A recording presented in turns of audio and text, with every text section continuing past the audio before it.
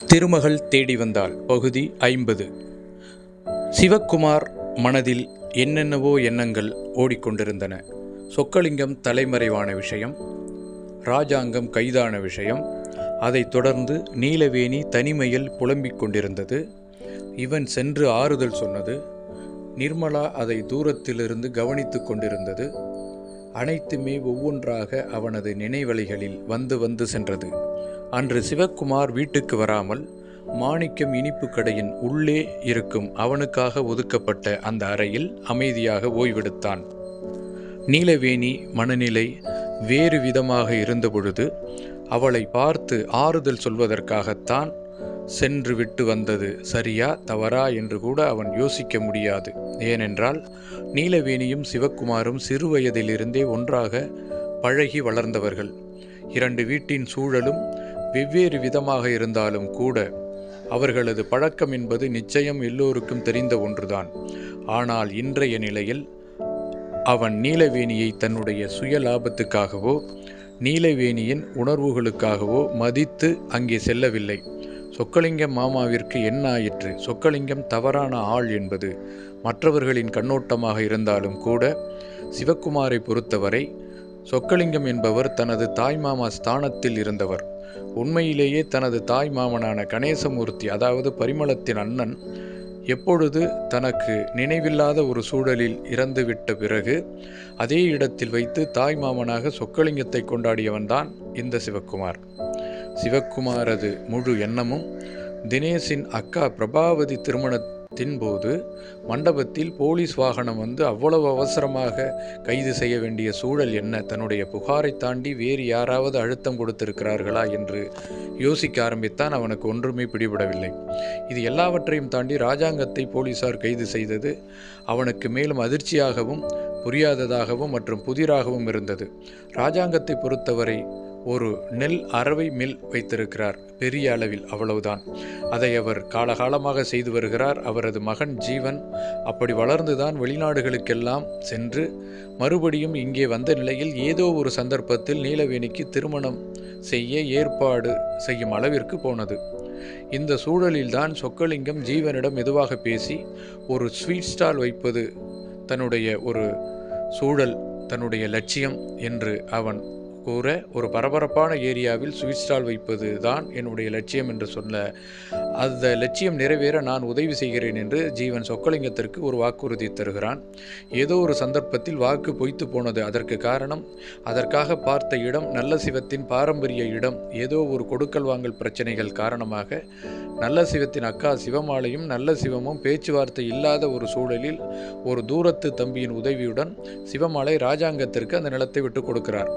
அந்த கேஸ் மூலமாக கோர்ட் வரை சென்ற ராஜாங்கம் ஒரு சந்தர்ப்பத்தில் சோர்வடைந்து அந்த நிலமே தனக்கு வேண்டாம் என்ற அளவிற்கு விட்டுவிட்டார். அதே சமயம் நல்ல சிவம் பக்கம் அந்த கேஸ் ஜெயித்து நல்ல சிவத்திற்கு அந்த நிலம் உரிமையாக்கப்பட்டது. இதற்கிடைப்பட்ட சூழலில் ராஜாங்கத்திடமிருந்து சிவமாலை வாங்கிய பணம், அட்வான்ஸ் தொகையானது ராஜாங்கத்திற்கு நல்ல சிவத்தின் மூலமாக திருப்பி கொடுக்கப்பட்டது.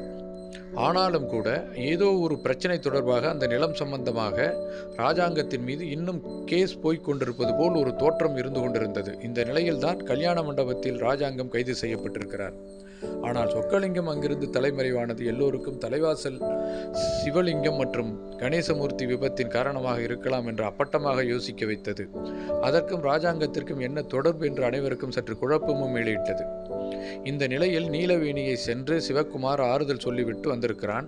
மாணிக்க இனிப்பு கடையின் தனது அறையில் ஓய்வெடுத்துக் கொண்டிருந்த பொழுது எத்தனையோ எண்ண அலைகள் சிவக்குமார் மனதில் ஓடிக்கொண்டே இருக்க, நீலவேணியை பற்றி, சொக்கலிங்கத்தை பற்றி, ராஜாங்கத்தை பற்றி மற்றும் நல்ல சிவத்தை நினைத்து கூட அவனது மனம் அசைப்பட்டு கொண்டிருந்தது. அவ்வப்போது சொக்கலிங்கம் தான் குற்றவாளி என்று தலைவாசல் பெரியவர்கள் வெங்கடாசலமும் மருதமுத்துவும் கூறுவதும் கூட அவ்வப்போது அவனது மனதில் வந்த வண்ணம் இருந்தது. இது எல்லாவற்றையும் தாண்டி தனது மனைவி ஆனந்தி, அம்மா பரிமளம், தனது குழந்தைகள் சிவானி மற்றும் திருமூர்த்தி, அத்தை வேதவல்லி எல்லோரும் கூட அவன் மனதில் வந்து ஒரு கிரிக்கெட் மைதானத்தில் நின்று கொண்டிருந்த வீரர் மீது பந்து வந்து நோக்கி வருவது போல அவன் மனதில் அத்தனை குழப்பங்களும் வந்த மோதிய வண்ணம் இருந்தது. ஏன் இவ்வளவு மனக்குழப்பம் என்று அவனுக்கு புரியவில்லை. அப்பொழுது ஒரு ஃபோன் சிவக்குமாருக்கு வந்தது. தம்பி எப்படி இருக்கீங்க? குரல் கேட்டது. அவனும் ஒரு சம்பிரதாயத்துக்காக, நல்லா இருக்கேன் சார், நீங்கள் என்று இழுத்தான். தம்பி, நான் தான்ப்பா நல்ல சிவம், உங்களை பார்க்கணுமே, எங்கே இருக்கீங்க? சார், நான் ஸ்வீட் ஸ்டாலில் தான் சார் இருக்கேன். இதோ வரேன் தம்பி, கொஞ்சம் பேசணும், வாங்க சார். அடுத்த அரை மணி நேரத்திற்குள்ளாக சிவக்குமார் எழுந்து அவசரமாக அங்கிருந்த குளியலறையை பயன்படுத்த ஆரம்பித்தான். அவர் வருவதற்கு முன்பு தயாராகியிருந்தான். ஒரு முறை கடையின் வாசலுக்கு வந்து கடையை பார்வையிட்டு விட்டு அங்கிருந்த சாமி படங்களுடன் தனது தந்தை மற்றும் மாமா படங்களையும் சேர்த்து வணங்கிவிட்டு தனது கேஷ் கவுண்டரில் சிறிது நேரம் அமர்ந்திருந்தான். அப்பொழுது நல்ல சிவம் அங்கே வந்து சேர்ந்தார். தனியாக ஒதுக்கப்பட்டிருந்த ஒரு டேபிளில் நல்ல சிவமும் சிவக்குமாரும் அமர்ந்து பேச ஆரம்பித்தார்கள். நல்ல சிவம் சிவக்குமாரிடம், தம்பி, கேள்விப்பட்டேன் தம்பி, தெய்வம் இருக்குது, தப்பான ஆளுங்க எப்போதுமே தப்பான காரியத்தை தொடர்ந்து செஞ்சுக்கிட்டே இருக்க முடியாது, ஏதாவது ஒரு சூழலில் அதற்கான தீர்வு கிடைச்சே தீரும், இது உலக நியதி. சிவக்குமார் சற்று குழப்பத்துடன் அவரை பார்த்தான். தம்பி, நேற்று திடீர்னு ராஜாங்க கைதான விஷயம் கேள்விப்பட்டேன். அது எனக்கு என்ன காரணம்னு தெரியல. நான் ராஜாங்கத்து மேலே நிலம் சம்பந்தமாக ஒரு புகார் கொடுத்துருக்கேன். ஆனால் அது விஷயமாக ராஜாங்கம் கைது ஆகலை. உங்கள் அப்பா இறப்பு சம்பந்தமாக ராஜாங்கம் கைதானதாக எனக்கு ஒரு தகவல் கிடைச்சிருக்கு. எனக்கே அது புரியல. ஏன்னா ராஜாங்கத்துக்கும் உங்கள் அப்பா அப்புறம் மாமா இவங்க 2 பேருடைய இறப்புக்கும் சம்மந்தம் இருக்கிறதுக்கு வாய்ப்பே இல்லைன்னு எனக்கு தோணுது. அவங்களுக்கான பழக்கமே இல்லையே, அப்படி இருக்கையில் இப்படி இருக்க முடியும், அதான் எனக்கு தோணுது. அது அடுத்தடுத்த சூழலில் தான் விடை கிடைக்கும்னு நான் நம்புகிறேன் என்று சிவக்குமார் சொல்ல, எது எப்படியோ தம்பி, நீங்கள் தைரியமாக இருங்க, உங்களுக்கு நிச்சயம் ஒரு நல்ல நல்ல செயல்கள் தான் நடக்கும்னு நான் நினைக்கிறேன். அப்புறம் உங்கள் பழைய மேனேஜர் சொக்கலிங்கம் தலைமறைவானார்னு ஒரு தகவலும் எனக்கு கிடச்சிருக்கு.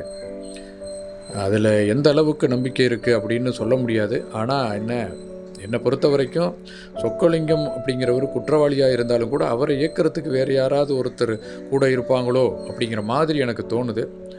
என்ன, சொக்கலிங்கம் அப்படிங்கிறவர் தலைமறைவாகிற அளவுக்கு கோழை கிடையாது, அதுவும் எனக்கு நல்லா தெரியும். ஏன்னா எதுவாக இருந்தாலும் அவர் நேரடியாக இருந்து போராடுற மனுஷன் இல்லையா, அதனால் எனக்கு அப்படி தோணுது. சிவக்குமாரிடம் நல்ல சிவம் பேச பேச நல்ல சிவத்திற்கு இத்தனை விஷயங்கள் தெரிந்து வைத்திருக்கிறாரே என்று ஆச்சரியப்பட்டான் சிவக்குமார்.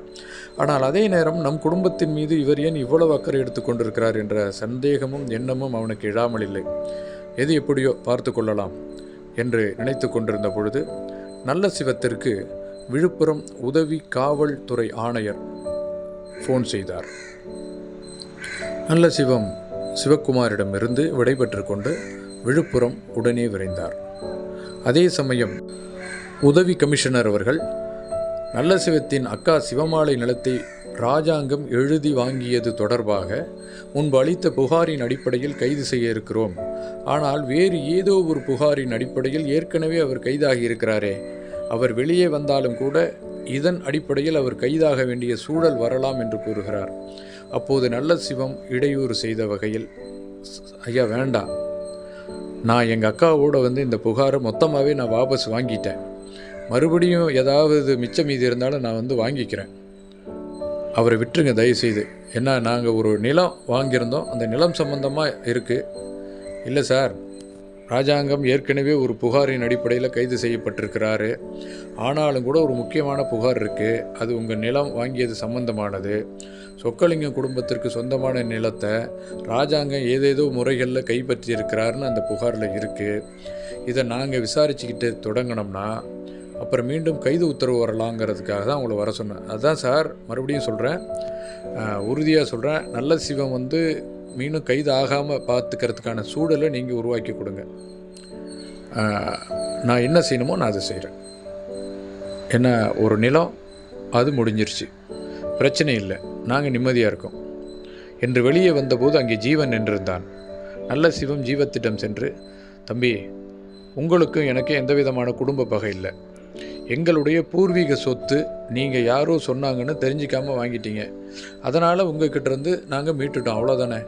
மற்றபடி உங்கள் தகப்பனார் கைது நடவடிக்கைக்கும் எனக்கு எந்த விதமான சம்மந்தமும் இல்லையே. இப்போ கூட உதவி கமிஷனர் அந்த நிலம் சம்மந்தமாக ஏதோ முறைகளில் உங்கள் அக்கா சிவமாலைகிட்ட ராஜாங்கம் வாங்கினார், மறுபடியும் அவரை நாங்கள் கைது செய்ய வேண்டிய சூழல் வந்திருக்கு அப்படி இப்படின்னு சொன்னார். நான் அவர்கிட்ட எங்களுடைய சொந்தமான பழைய புகார் எல்லாத்தையும் நான் வாபஸ் வாங்கிக்கிறேன் அப்படின்னு எழுதி கொடுத்துட்டு தான் தம்பி வந்திருக்கேன், நீங்கள் என்ன எதுவும் தப்பாக நினைக்காதே. ஜீவனிடம் நல்ல சிவம் சொன்னார். ஜீவன் நல்ல சிவத்தின், ஐயா, எனக்கே அது நல்லாவே தெரியுமே, அது முடிஞ்சு போச்சுங்க. அது சம்பந்தமாக இந்த கைது இல்லைங்கிறதும் எனக்கு தெரியும். ஆனால் நீங்கள் சொல்கிறது இப்போ எனக்கு அதிர்ச்சியாக இருக்குது. எங்கள் அப்பா மேலே இன்னொரு வழக்கு இருந்து அவரை மறுபடியும் கைது செய்ய போகிறாங்க அப்படிங்கிறதும், அதை நீங்கள் தான் தடுத்து நிறுத்திங்கிறதும் எனக்கு ரொம்ப சந்தோஷமாக இருக்குது. ரொம்ப நன்றிங்கய்யா என்று சொன்னான். நல்ல சிவம் அவரிடமிருந்து விடைபெற்று கொண்டு அங்கிருந்து கிளம்பினார். ஜீவனுக்கு இந்த சூழல் அசாதாரணமான நிலையை ஏற்படுத்தியது. நிலம் சம்பந்தமான தன் மீதும் தனது அப்பா மீதும் வழக்கு இருந்ததும் அது முடிவுக்கு வந்திருப்பதாகவும் தான் அவன் முன்பு நினைத்திருந்தான். ஆனால் அது கைது வரை சென்றிருக்கிறது என்பது இப்பொழுதுதான் அவன் தெரிந்து கொண்டான். அதே நேரம் நல்ல சிவம் அதிலிருந்து தன்னையும் தனது அப்பாவையும் காப்பாற்றியிருக்கிறார் என்று நன்றி உணர்வுடன் அவரை நினைத்து கொண்டான். ஆனாலும் புரியாத ஒரு தவறுக்காக இந்த கைது நடவடிக்கை ஏன் என்று அவன் இன்னமும் குழப்பத்தில்தான் இருந்தான். அதே சமயம் பரிமளா வீட்டிற்கு ஒரு ஃபோன் வந்தது.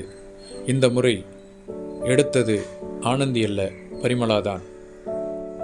இந்த முறை பேசியது கேஷியர் தினேஷ் அல்ல. பரிமளத்திற்கு சற்று பழக்கமான குரலாக அது இருந்தது. அந்த குரல் யாராக இருக்கும் என்று யோசித்து கொண்டே ஃபோனை எடுத்தாள். அவளுக்கு அங்கே வேறொரு அதிர்ச்சி காத்திருந்தது.